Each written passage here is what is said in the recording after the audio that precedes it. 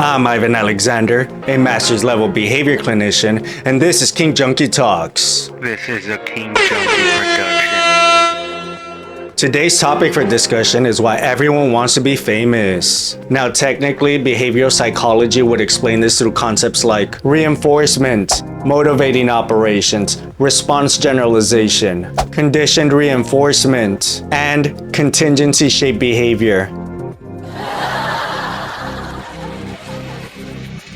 But nobody clicked on this video for that. And if we're being honest, half of you heard those words and immediately opened TikTok because your brain said absolutely not. So let's keep it simple. If you guys want me to do a deeper dive into the jargon, let me know in the comments. Gentlemen, I've been noticing something lately. Everybody wants to be famous, or at least they think they do.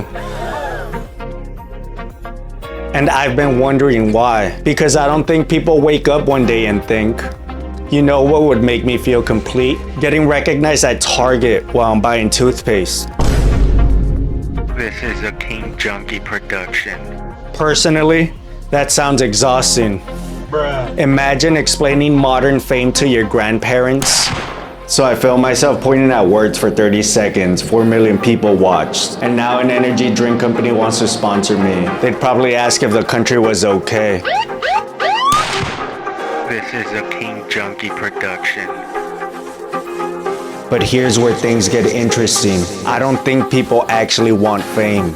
I think they want whatever they believe fame will give them. And those are two completely different things. Now, I could be wrong. Maybe everybody dreams about getting stopped at airports. Maybe everybody wants to be secretly filmed at the gym. I don't.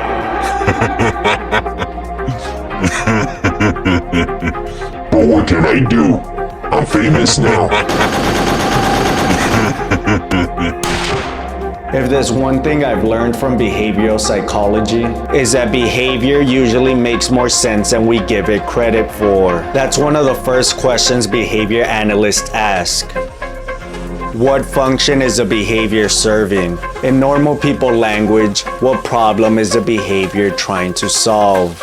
I think that's a much more interesting question, because behavior usually isn't random. It's usually solving something. Think about it. People don't scroll Instagram because they love scrolling. Usually they're bored, avoiding something, looking for connection, looking for stimulation, trying not to think about whatever tomorrow is bringing. The phone isn't the goal, it's a tool. And I think fame works the same way. Fame isn't the goal, it's a tool. So the better question becomes, What are people hoping fame will give them? before we dive in, hit subscribe. You'll learn how to level up and live like the top 1%.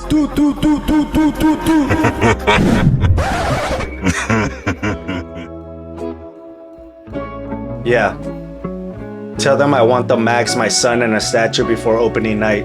Respect should be included in the contract. That's crazy. Put the owner on the phone right now. Where was I? Oh yeah, being a famous jerk. Cut! I don't think people want followers. I think they want significance. I don't think people want likes. I think they want acceptance. I don't think people want attention. I think they want to know they matter. Those are two completely different things. And honestly, I understand that. I think we've all wanted a matter at some point. Me too.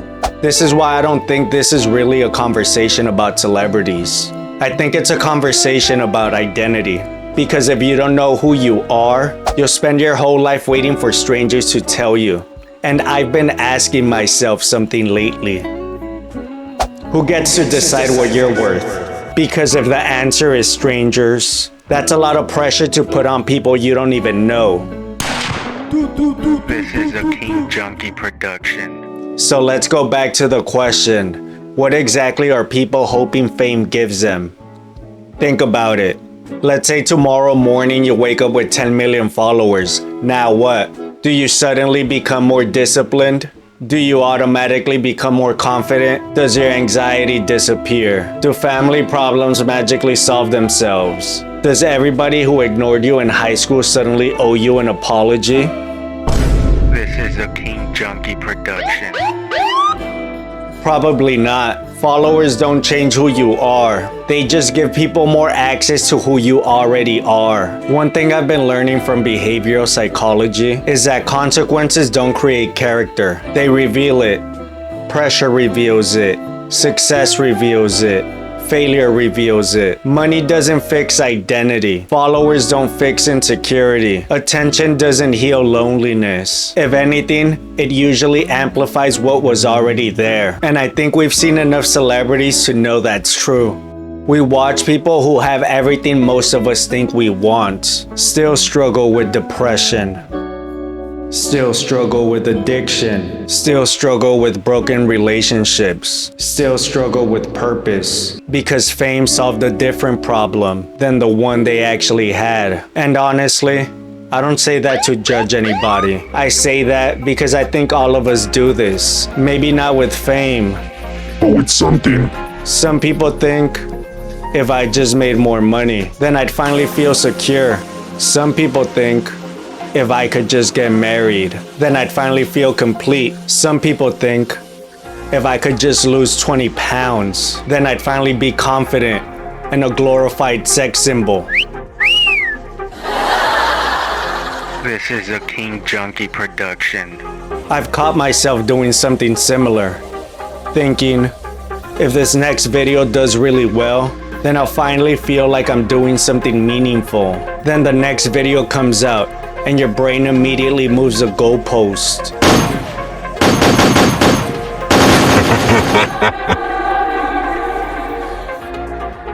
Funny how that works. Behavioral psychology has made me question those stories, because sometimes we're chasing an outcome when what we really need is an identity.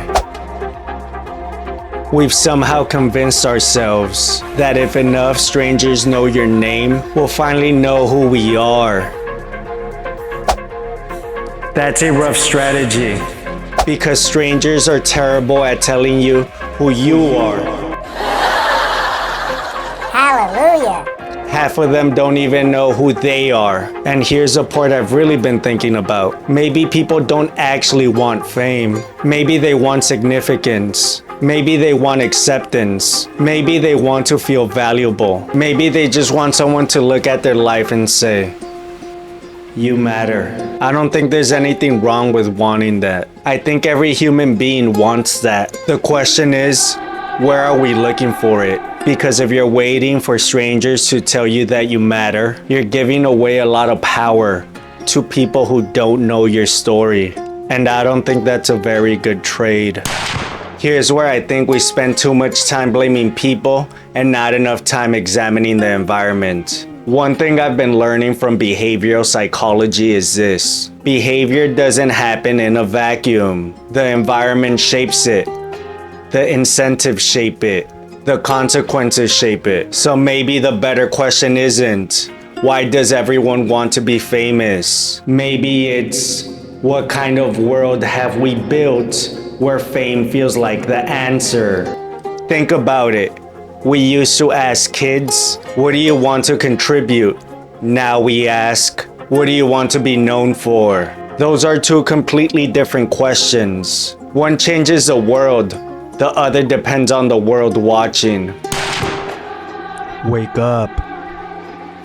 Somewhere along the way, we started confusing the two. Going viral became a career goal. Monetizing attention became a business model. I'm not judging anyone. I'm just wondering if we've been teaching people that attention and achievement are the same thing. Because they're not. We used to admire people for what they built. Now we admire who captures the most attention. That's a big shift. Every app on your phone is competing for one thing, because attention has become the most valuable currency in the world. The more attention you capture, the more opportunities you create, and sometimes the more money you make.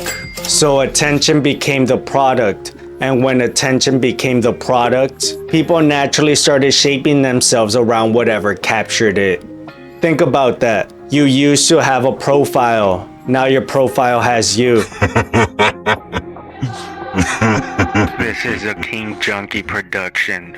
These platforms don't just want your attention. They want your time, your habits, your relationships, your identity, and eventually, as much of your life as you'll hand over. The surprising part is, most of us give it away willingly. We live in a world where people chase fame so they don't have to work. But becoming famous often looks like a full-time job. They didn't escape a boss. They just work for one that never sleeps. The algorithm. Behavioral psychology has a name for this. Variable reinforcement. You never know when the reward is coming, and that uncertainty keeps the behavior going. Casinos use it, slot machines use it, social media just put it in your pocket. So I don't think people are weaker than they used to be. I think the environment has become much better at shaping behavior, and that's an important difference. Because once you understand that, you stop asking, what's wrong with people? And you start asking, what is the environment reinforcing? Behavior usually makes more sense than we give it credit for. If you want different behavior, you have to build different environments. Sometimes we're just looking in the wrong place. This is a King Junkie production. Before anybody says, well, that's easy for you to say. Trust me, I'm talking to myself too. I make content. I check analytics. I get excited when a video does well. I get disappointed when it doesn't. I'm human. But one thing I've been learning is that chasing attention and creating value aren't always the same thing. And honestly, I'm still learning that every day. That's one of the biggest reasons I started training MMA. Not because I thought I'd become the next UFC champion. Trust me, nobody's calling Dana White after watching me hit pads. This is a King Junkie production. Every week, my coach points out something that I need to improve. Sometimes it's footwork. Sometimes it's my defense. Sometimes it's my ego. When I first started, I was terrible. Honestly, I'm still not very good. I just suck a little less than I did yesterday. I think that's what progress really is. Showing up long enough to suck a little less tomorrow than you do today. The cage taught me something social media never could. Nobody cares how good you looked yesterday. The only thing that matters is whether you're getting better today. Nobody's filming it. Nobody's clapping. Shout out to my evil people in the building. Jesus loves you too. My coach doesn't hand me a trophy. He says good, then tells me what to fix next. That's probably the healthiest relationship I've ever had with feedback. I've noticed something. The things that actually change your life rarely look impressive online. Reading doesn't. Keeping your word doesn't. Training when you don't feel like it doesn't. Having difficult conversations doesn't. Being there for your family doesn't. Helping a friend through a hard season doesn't. Those moments rarely go viral. But they quietly build the kind of person people trust. When I first started making more content, I thought success meant getting more views. I still enjoy seeing a video take off. But the longer I do this, the more I realize the videos I'm most proud of usually aren't the biggest. They're the ones where someone reaches out and says, I needed that. You can't measure that. And maybe that's a point. Some of the most meaningful things you'll ever build don't fit inside an analytics dashboard. They happen quietly. One conversation, one decision, one habit, one act of integrity, one day of showing up when you didn't feel like it. Maybe the real question isn't, how do I become famous? Maybe it's, what am I training myself to value? Because whatever gets rewarded gets repeated. And the reward system you choose eventually becomes a person you become. Maybe the goal was never to become famous. Maybe the goal was to become someone the people closest to you are grateful they know. Someone who keeps learning. Someone who keeps showing up. Someone who keeps their word. Someone who leaves the people around them a little better than they found them. Not because they're perfect, but because they're committed to growing. I know I am. I still have mentors. I still ask questions. I still get things wrong. I'm just trying to become a little better than I was yesterday. And honestly, I think that's enough. So here's a question worth talking about. What did you reinforce today? Because at the end of your life, no one is going to remember your analytics. They'll remember how you treated people. Maybe that's what significance really is. This has been King Junkie Talks. Let me know what you ladies and gentlemen think. Until next time, keep building.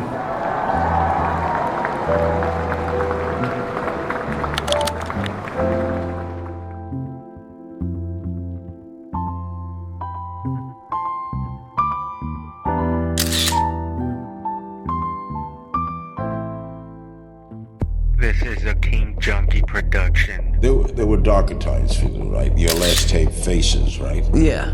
Did you have a problem in life? I had a drug problem, you know, for a long time. It wasn't just in music, but I definitely was going through a drug problem and I think it was more my state of mind. I was just pretty depressed. Even while successful? Yeah, I think it started. With success? Yeah. You're struggling, you're not depressed. Right. You're successful, you're depressed. You know, it's funny because you talk to people and they say, you know, what do you have to be depressed about? You have money and da da da da. I think what was, you know, I'm 18, 19 years old, going through this for the first time, doing it very differently. And I think what is usually just that moment in someone's life where they're trying to figure out who they are and what their identity is, it just gets magnified.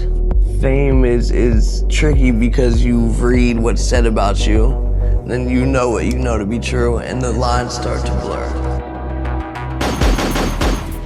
If you're not subscribed to King Junkie View, you probably won't see us again.